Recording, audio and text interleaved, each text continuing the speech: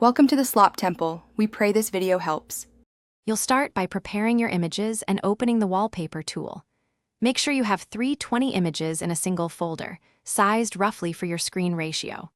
Once done, open Settings, then Wallpaper, or open Google Wallpapers if you prefer built-in controls. You'll need to grant storage and photos permissions when prompted. This lets the system read and cycle your files. Now select the folder or album you prepared. That's the first actionable step to begin creating a slideshow wallpaper. Next, configure the slideshow behavior and image handling.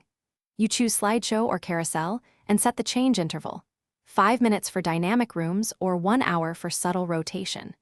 Make sure to crop or lock the aspect ratio so images don't stretch. Use the preview to confirm home versus lock screen framing.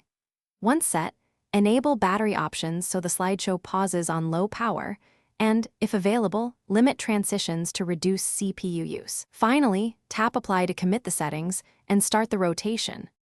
To finish, apply the wallpaper and immediately test both home and lock screens.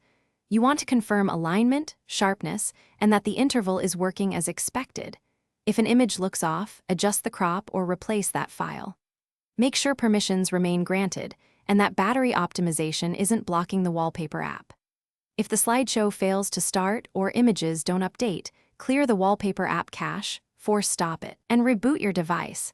That single troubleshooting tip resolves most issues quickly. Thanks for watching. Consider subscribing if we helped you.